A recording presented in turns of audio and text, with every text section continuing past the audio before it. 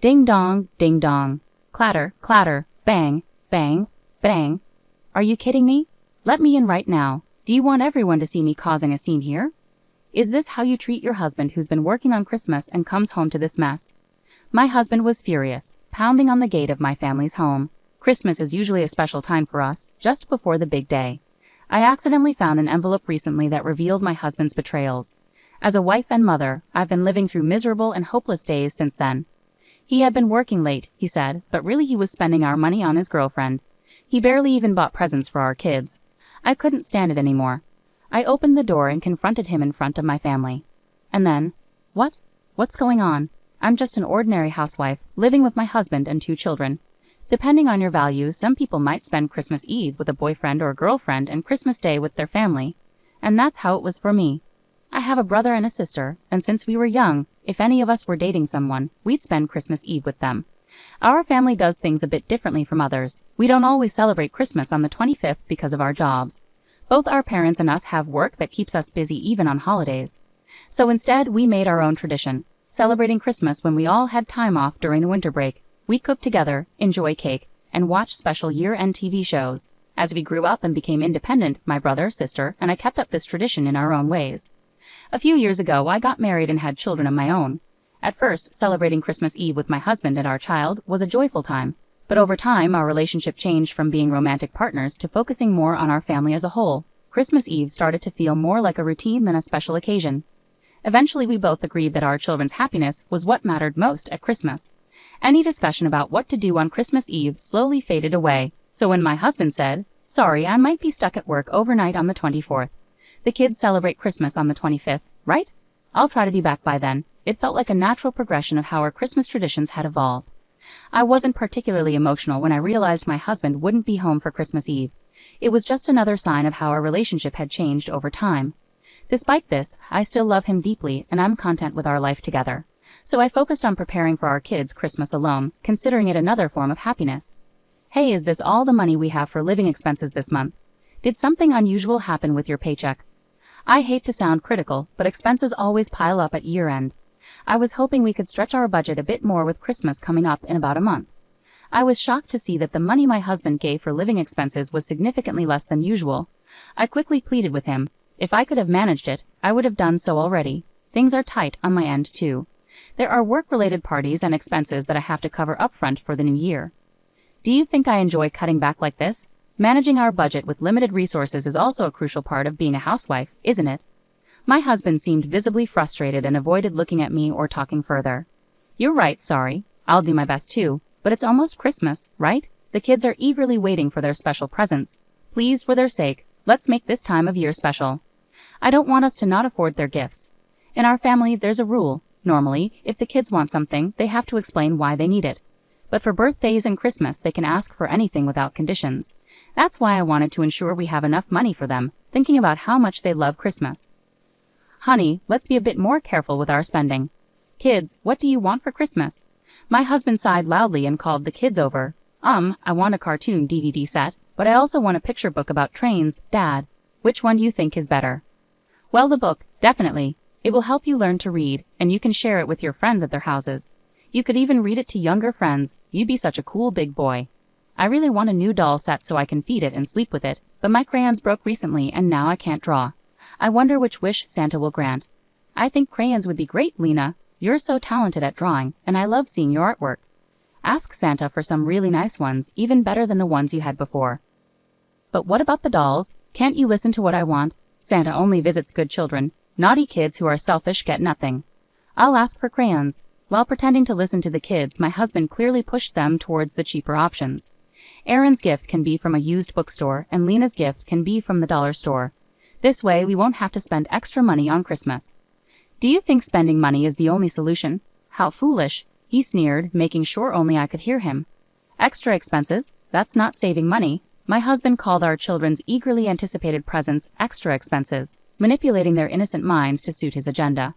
I began to deeply resent such behavior from my husband. Then, after a while, Mom, look, a sparkly letter. It was in Dad's work bag. Could it be from Santa? While my husband was in the bath, my daughter had apparently opened his work bag and excitedly showed me the beautifully decorated envelope she found. You shouldn't have taken that without asking.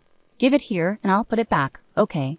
What could it be? I took the envelope from my daughter. Since it hadn't been opened, curiosity got the better of me and I peeked inside. A reservation for a Christmas dinner for 2 at a hotel on the 24th. But he was supposed to be working overnight on the 24th. Several questions raced through my mind. Just then, my husband's phone made a notification sound. Startled, I glanced over at his phone. It seemed to be getting a flurry of messages in a short span of time. Normally, I wouldn't pay much attention to his phone or how often it rang, but with a sense of unease, I reached for it. What's going on? My eyes fixed on the screen. All the messages flooding my husband's phone were from someone named Nancy. Judging by the selfie that appeared to be her profile picture, she was much younger than me. Although I couldn't see the content of the messages, the heart emojis made it clear they were not just from a casual acquaintance. It seemed too coincidental. A small dark suspicion about my husband began to grow within me. Once I started doubting him, it was hard to let go of those feelings. For the next few days, I found myself sneaking peeks at my husband's phone. Those days were enough to turn my suspicions into conviction. Nancy was likely my husband's mistress, and he planned to spend the Christmas dinner with her on the 24th. He even hinted at an extra special gift for her, their excitement for each other uncontainable. To get more concrete information, I hired a private investigator. Catching my overly confident husband in the act seemed easy, and the results came back quickly. According to the investigation, Nancy was a temp at my husband's company. They had started their affair a month ago, and all the nights he told me he was working late were actually spent with Nancy. The recent drastic cut in our living expenses was likely to fund his affair with her. Clutching the investigator's report, tears of frustration overflowed. In just 1 month, my husband had come to prioritize another woman over his family. My efforts in taking care of the house, believing he was busy with work, and our children's kindness in holding back their desire to play with their father, all felt unbearably pathetic. The shock of my husband's betrayal was too significant to ignore. I didn't know what to do at first, but I have a plan of my own. I won't let this slide without a fight. Wiping away my tears, I stood up energetically and began to prepare my own special gift for my husband. On the morning of December 24th, I sent off my husband as usual, then I headed to my parents' house with the kids. Welcome. It's been so long since we've all been together like this. It feels just like when you, your brother, and your sister used to live here, my mom said.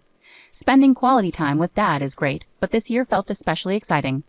At my parents' house, they were delighted by the festive Christmas atmosphere, enjoying decorating a large Christmas tree they had pulled out of storage. With the kids, we spent the entire day having a fun Christmas party. The next morning, the kids were ecstatic about the presents placed at the base of the Christmas tree they had decorated. For my son, I got a DVD and a picture book, and for my daughter, a doll and crayons. We told them these gifts were from Santa and also from Grandpa and Grandma. The kids played happily with their new toys while the adults watched them with smiles. Suddenly, my phone buzzed. I looked at my phone and saw I had a call. I stepped outside to answer it. It was my husband, sounding very upset. Hey, where are you? I just got home from work, but my key doesn't fit the lock, and the doorbell isn't working. What's going on? I could hear him messing with the door handle through the phone. Calm down, you're making a lot of noise. No one is there because we don't live there anymore. We finished moving out yesterday. You were too busy with work to notice, I guess. By the way, you've been shaking that doorknob for a while. Isn't that kind of like trying to break in? If you break the door, it's not my problem. I laughed at him. Even though he was still confused, he realized I had tricked him and started yelling angrily. Don't mess with me, doing all this without telling me. Where did you put my stuff? Bring it back now. All your things were taken by your parents yesterday. They kept apologizing to me, saying how sorry they were for what you did. Make sure to apologize to them when you get back. What? Huh? After finding out about my husband's affair, I told both our families everything. I explained how he was obsessed with a younger woman named Nancy, spending our money on her instead of on our family. He even cut down on our living expenses and the kids' Christmas gifts. He lied about working overnight just to be with her, and I decided to ask for a divorce. After I told everyone through tears, my parents, his parents, our siblings, and even the kids supported my decision. So we moved out of the house on Christmas Eve while my mother took care of the children. Our siblings also helped with the move. With everyone's help, we emptied the house quickly, which brings us to now. So everyone knows what you've done, and no one in the family is on your side. You caused this mess, and now you have to deal with it. I explained everything to my husband clearly. By the time I finished explaining everything, my husband was furious and started shouting at me. You worthless woman. Your disrespectful attitude towards me, your husband, is the real problem here. I am the precious only son, you know. Blaming others while you're no saint yourself, acting all high and mighty. My parents siding with you. Ha, you must have played the victim and cried to them. Who do you think my parents will ultimately believe, their precious son or some outsider woman? You're as foolish as ever, Hava. I'll be demanding alimony from you right away. Oh really? Then go ahead and talk to them now. Here, be my guest." Saying that, I turned on the speakerphone on my cell. "Then I never thought you were such a rotten person. Are those the words of someone who has committed adultery? You are the worst. You're the shame of our family." Where did it all go wrong? May and Lars, who had been by my side during the call, unleashed their anger at my husband over the phone. "Dad, Mom, why are you with her?"